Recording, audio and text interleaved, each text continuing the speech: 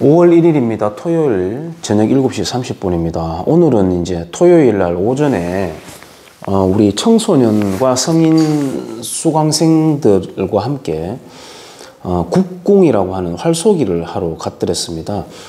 경주에 있는 화랑교육원 1970년대부터 시작되었더라고요. 그게 이제 통일전이 있고 그 옆에 이제 위치하고 있는데 그 산 봉우리 뒷배경에는 이제 금오봉이거든요. 남산 금오봉인데 어제 비가 왔는 터라 먼지가 많이 없어지고 또 미세먼지뿐만 아니고 꽃가루가 많이 이제 잠재워져 가지고 아침 공기가 아주 환상적으로 뿜어져 내려오고 정말 좋았습니다. 특히나 활쏘기 이제 한숨이라고 하죠. 이렇게 뭐 5발이든 뭐 몇 발이든 이렇게 쏘고 가는데 화살을 주우러 가잖아요. 주우러 가는데 그 산속에 있는 잔디밭에 걸어가니까 정말 좋더라고요. 그래서 저랑 같이 갔는 분 중에 한 분이 뭐 비록 수강생이라고 제가 칭하긴 하지만은 나이도 저보다 훨씬 선배고 사회적인 명망도 훨씬 뛰어난 배울 점이 많은 분인데 그분이 그러시더라고요. 이런 맛 때문에 그 골프를 하다가 이 활 쪽으로 바꾸는 취미를 바꾸는 사람들도 들어있다라고 이야기를 하던데 글쎄요, 저도 굉장히 거기 빠져들어 갔더랬습니다. 재밌었어요. 그렇게 갔다 오고 난 뒤에 피곤했는지 잠깐 한 30분 정도 잠을 잤는데 악몽을 꿨습니다. 아주 커다란 소가 뿔도 굉장히 큰데 여기 있는 우리 여기 대문 쪽을 막 들이받고 막 이 건물을 뒤흔들려고 막 하는 그런 꿈이었습니다. 굉장히 기분이 불쾌해가지고 신고를 해도 전화기가 작동이 제대로 안 되고 막 희한한 그런 꿈이었습니다. 가위 눌린 것처럼. 소가 그렇게 화나서 들이받거나 소에게 쫓기는 거는 자기가 어떤 힘든 일을 감당하고 있다라고 그렇게 이야기를 하기도 하던데 글쎄요, 내가 지금 무슨 그런 힘든 일을 감당하지? 그런 건 별로 없는데 장차 그런 일이 생기려고 그러나? 나 그러면은 그런 일 안 맡을 건데 그런 생각을 혼자 했더랬습니다. 굉장히 찝찝했었어요. 꿈이 좀 생생했는데 30분 자면서 제가 누굽니까 방역기획관 기모란이라고 하는 여성이 있죠. 이름이 왜 모란이냐, 김일성이 태어난 지역이라고 알려져 있는 대표성을 갖는 그 모란봉 있지 않습니까? 평양의 모란봉. 그 모란봉에서 이름을 따가지고 자기 딸 이름을 기세춘이라고 하는 사람이 지어줬습니다. 기세춘이라고 하는 사람은 통일혁명당 사건에 연루되어 있었던 폭력 간첩 조직에 연루되어 있던 사람이었습니다. 이 사람이 이제 주체 철학 노트라는 책이 있어요. 근데 김오란이라고 하는 여자 이름을 제가 김오란이라고 하는 여자 이름을 제가 말씀드렸습니다만은 그 아버지가 그런 폭력혁명 조직에 가담했다고 해서 그 여자까지도 그렇게 연좌제 칙으로 무언가 엮으려고 하느냐, 뭐 꼭 그렇지는 않습니다만은 우리 한국 사회에서 예를 들어서 김대중 선상님의 아들들, 뭐 또 많죠. 뭐 여러 정치인의 아들들, 뭐 박헌영의 뭐 자식, 뭐 이런 식으로 해서 그 부모가 그런 쪽에 몸담아 섰는데 그 자식은 그것과 반대로 정신 차린 그런 사례가 있기는 있나요? 없지 않습니까?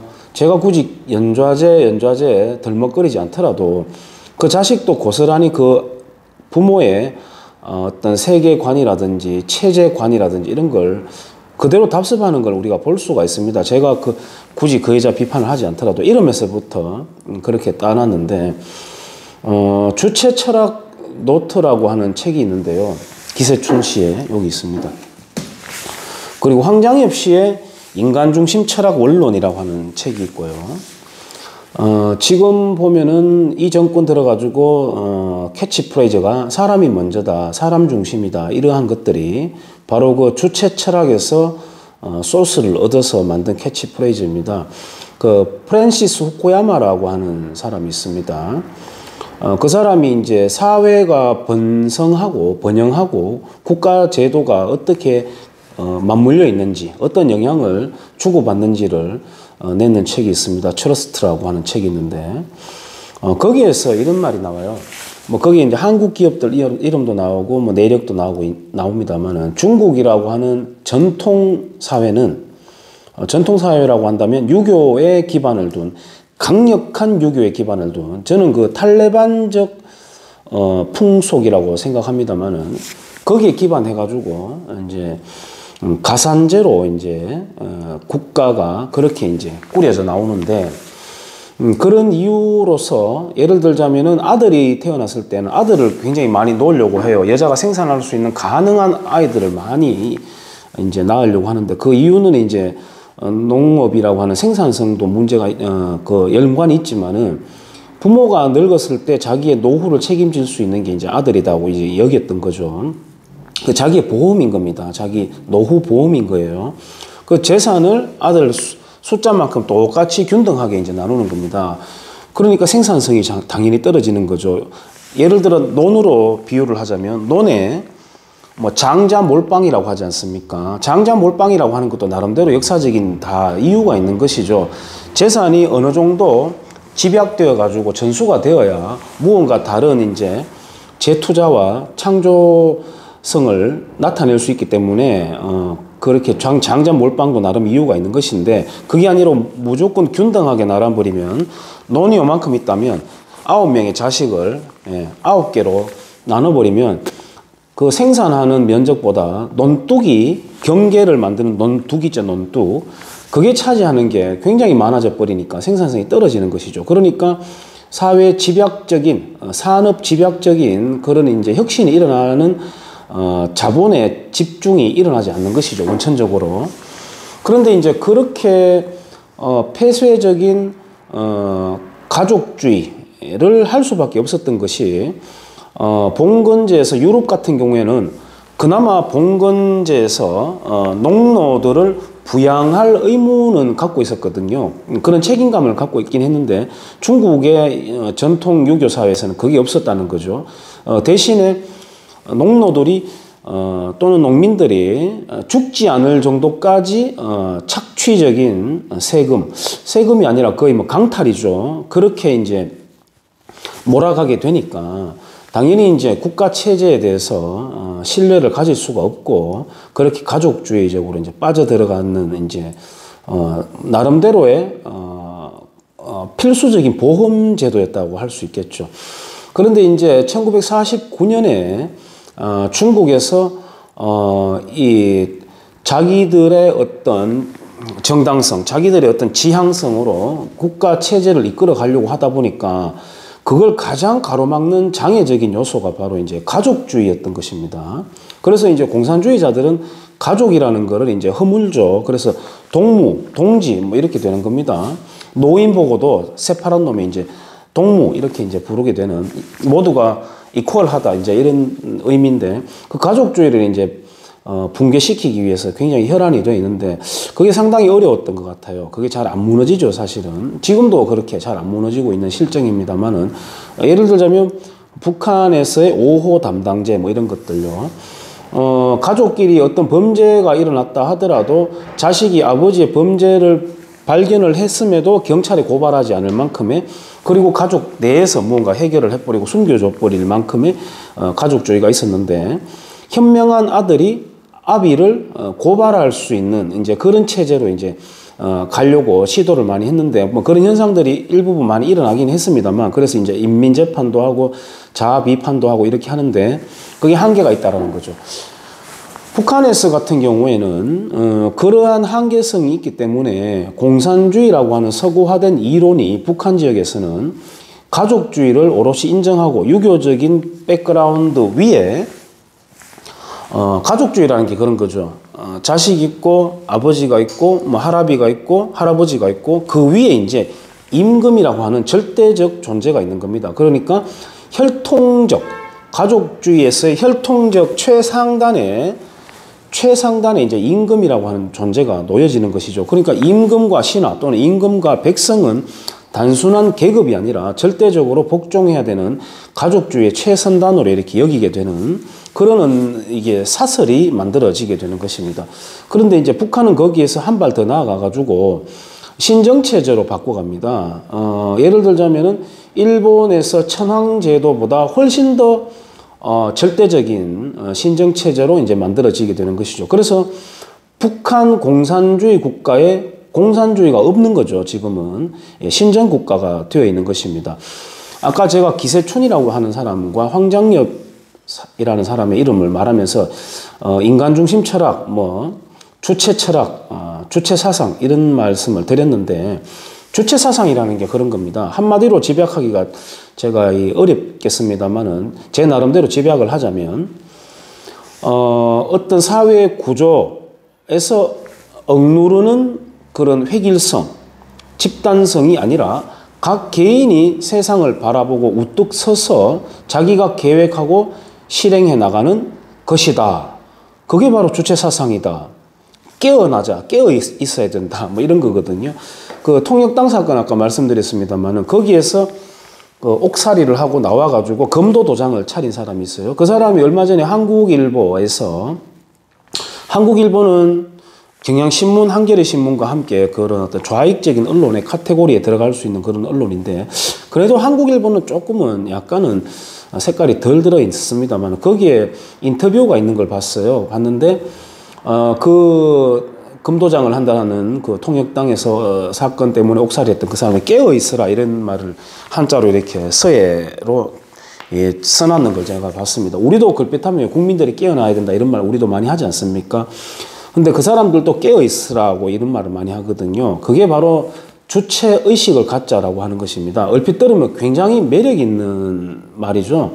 근데 이제 황장엽 씨가 대한민국의 품으로 망명을 하고 김덕홍 씨와 함께 그리고 그 강철 서신의 김영환이라고 하는 사람도 직접 김일성이를 만나서 대면을 해보니까 이 김일성이라고 하는 자는 이 주체 철학이라고 하는 것도 집단성 그리고 전체주의를 공격합니다. 그런 거 하지 말자라고 이야기해요. 물론 이제 거기서 쭉 내려가면 이 사람들이 이제 생태계라든지 환경이라든지 이런 데로 넘어가면은 그 박원순 씨가 생태 마을이라고 하는 거 그런 거 조성을 많이 했었지 않습니까? 전국적으로 약간 그런 게 좀 번져 있어요. 경주에도 그러한 아비투스를 갖고 있는 사람들이 꽤 있습니다. 실제로 그러한 유사한 동네 마을 재생이라고 하는 것도 거기에서 약간의 소스를 얻은 것도 있습니다만 그 사람들은 그런 거죠. 이 문명화가 되고 산업화가 됨으로써 자연 그대로인 상태를 피폐하게 만들었다. 그래서 자연은 그렇게 사람이 인위적으로 손대면 안 된다라고 하는 이제 극단적인 이제 환경주의까지 이제 그렇게 같이 맥이 닿아 있는 겁니다. 그렇게 가게 되는 건데 가령 우리 학자로 예를 들자면은 그 누구죠?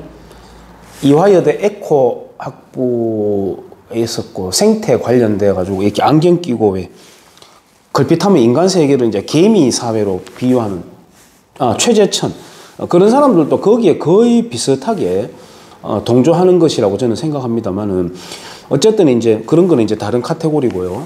그래서 김영환이라고 한 사람이 가보니까 이 김일성이라고 하는 자는 주체 사상을 자기를 신격화하는 데에 사용하고 있더라. 또는 굉장히 무식하게 잘 모르고 있더라라고 하는 굉장한 실망감을 갖고 내려왔다 그래요. 그래서 우리 보수 진영이라고 할까요? 일각에서는 김영환 씨가 이제 전향했구나 이제 이렇게 여기기도 하지 않습니까? 그리고 황장엽 씨도 역시 마찬가지인 게 자기가 펼치고자 하는 주체 철학이 북한에서 김일성, 김정일, 김정은이라고 하는 그 신격화된 혈통을 지키기 위한 수단으로 쓰이는 것에 자기가 실망을 한 이후 이제 망명을 하게 됩니다. 그래서 황장엽 씨와 이 남한에서 자생적인 주사파라고 할 수 있는 그 김영환이라고 하는 사람은 사상적인 전향을 했다라기보다는 자기들이 펼치고자 하는 주체 철학이 북한에서는 이루어지지 않아서 실망을 하고 있고 언젠가는 자기들의 철학을 이루려고 노력을 하고 있을 거라고 저는 생각을 해요. 그래서 전향 이렇게 말을 하지만 사실은 이제 생각 또는 세계관의 전환이죠. 전환이 저는 그 사람들에게는 일어나지 않았고 황장엽 씨도 그걸 끝내 하지 못하고 사망을 했고 김영환이라고 하는 그런 사람들도 그게 거의 저는 불가능에 가깝다고 생각해요. 그렇게 깊이 빠져들어가 있다고 생각을 하는데요. 어쨌든 이제 주체 철학이라고 하는 것이 이런 겁니다. 맹점이 있습니다. 들어보면 아까 말씀드렸듯이 굉장히 매력이 있는 것 같지만, 자, 그러면은 국가라고 하는 제도의 테두리를 만드는 데 꼭 필요한 기본적인 헌법적 가치라고 할 수 있는 제도의 틀은 누가 만들 것인가, 어떤 기준으로 만들 것인가, 거기에 대한 대안이 없습니다. 거기에 대한 대안이 없습니다. 그러다 보니까 노동자 계급 위에 연대하자, 프롤레타리아 독재를 만들자라고 하는 그런 막시즘으로 같이 연결이 되어버리게 됩니다. 필연적으로. 그리고 그것을 어떻게 보자면 아까 김일성 체제를 이야기했습니다마는 독재자들이 그 수단을 잘 활용할 수가 있게 되는 것이죠. 그래서 이 주체 철학이라고 하는 것이 들어보면은 굉장히 허울이 있고요.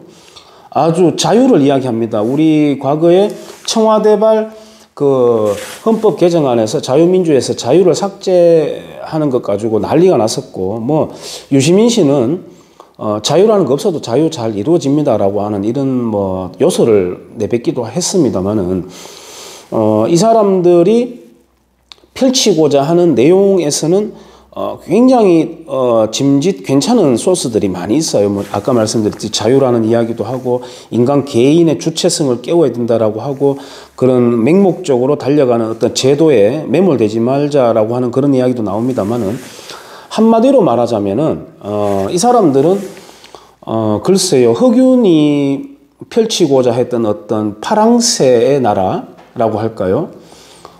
또는 저는 헨리 데이빗 소로우, 월든으로 유명한 그 사람도 저에게는 굉장한 자유의 어떤 정말 근본적인 자유주의자거든요.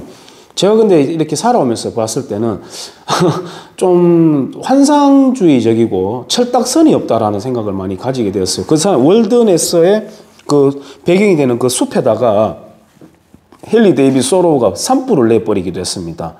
예, 그 산이라고 하는 공간과 나무는 공공재라고 할 수 있죠. 그거에 대한 책임은 누가 집니까? 그러면 그러고 그 사람이 세금을 안 내 가지고 이제 그 수완이 되기도 하고 그러는데 그 사람은 이제 미 해병대 저 군인 한 사람을 보라. 저 사람은 미국이라고 하는 제도가 만들어낸 밀랍 인형에 가깝다. 나무 말뚝을 세워놔도 된다. 저 사람 대신에. 그러니까 영혼 없는 어떤 그런 제도가 만들어낸 어떤 허수아비다. 이제 이렇게 표현을 하기도 했습니다만은 그 사람이 그렇게 나름 목가적이고 뭔가 즐길 수 있는 그런 시간을 보낼 수 있는 것도 국가라고 하는 방어적 테두리가 있었기 때문에 가능한 거 아니겠습니까? 이 주체 철학이라고 하는 것도 마찬가지예요. 제가 방어적이라고 하는 말을 했습니다만은 독일이 그런 경우였죠. 히틀러라고 하는 악당을 선거로 선출하게 되는 그런 아픈 경험을 하고 난 뒤에 방어적 자유라는 개념을 이제 설정을 하게 되고 독일에서도 지금 국가수호청이라는 게 있습니다. 우리의 공수처와는 어떤 글쎄요, 권위는 그것과 비슷하지만은 기능은 다르게 작동합니다. 어떤 권력자라 하더라도 공산주의에 대한 어떤 활동을 하거나 그걸 지지했다가는 이제 붙잡아가지고 수사하게 되는, 즉 다시 말해서 그 체제를 지키기 위한 방어적인 자유, 방어적인 국가 개념을 이제 갖게 되는 것이죠. 그래서 이 주체 철학이라고 하는 것도 뭐 일부분은 제 기질이라고 할까요? 들어맞는 부분도 있었습니다만은 쭉 끝까지 다 보고 나면은 그래서 어떻게 하자는 거지? 누가 설계하는데 그것을? 어떤 집단에 대한 국민적 동의를 얻을 것이냐? 그 동의를 얻는 절차는 어떻게 할 것이냐? 이런 것들이 제대로 나와 있지 않습니다. 그러니까 인민민주주의적으로 빠져버리는 것이죠. 그래서 황장엽 씨가 설계하려고 했던 그리고 꿈꾸려고 했던 인간 중심의 주체 철학이라고 하는 것은 미완성이 아니라 구조 자체가 조립이 되지 않는 불량품으로 될 수밖에 없는 그런 이제 치명적인 결함을 갖고 있는 그런 논리 구조를 갖고 있습니다. 그런 이 사람들이 아까 제가 김영환 씨도 이야기했습니다만은 생각을 바꾸지를 않습니다. 아니, 생각을 바꿀 수가 없을 겁니다. 자기도 괴로울지도 몰라요. 그걸 가지고 아직까지도 강연회 다니고 나름대로 그렇게 다니고 있고 선생님 소리 듣고 그렇게 있습니다. 그리고 이 정부 들어가지고 그 사람의 딸이 또 방역기획관이라고 하는 이름을 참 어떻게 보면 제대로 실토한 거라고 할 수 있겠죠. 방역을 기획했다? 저는 기획방역관이라고 이름을 바꾸는 게 좀 더 구체적이고 솔직하지 않을까 생각해 봅니다만은 생각이 잘 안 바뀐다니까. 사람의 생각이 바뀐다는 게 참 어렵습니다. 나는 왜 자유주의에 관련된 책 중에서 여러분의 이제 한마디를 이제 엮어나는 책이 있습니다. 그 제목을 정확하게 제가 잊어버렸는데 거기 뭐 복고엘 선생님 말도 있고 한데 이영훈 교수님의 그 대목이 굉장히 저의 머리에 깊이 새겨진 바가 있습니다. 생각을 바꾸는데 정말 소가 뒷걸음질 치는 듯 힘들었다라고 이렇게 표현을 해놓는 구절이 저는 생각이 나요. 소가 뒷걸음질 친다는 것은 시골에서 소 풀 뜯어 먹이러 가거나 외양간에 있는 소를 이렇게 관리해보지 않으면은 그게 무슨 말인지 잘 모르고 그게 얼마나 힘든 건지 잘 몰라요. 소가 풀을 뜯어 먹다가 소가 이제 덩치가 크지만 나이가 어린 소는 호기심이 많거든요. 그러다 보면 남의 집 벽과 벽 사이 좁은 곳으로 이렇게 들어가 버린 경우가 있어요. 잘 오다가 그거 끄집어내려면 정말 식겁을 합니다.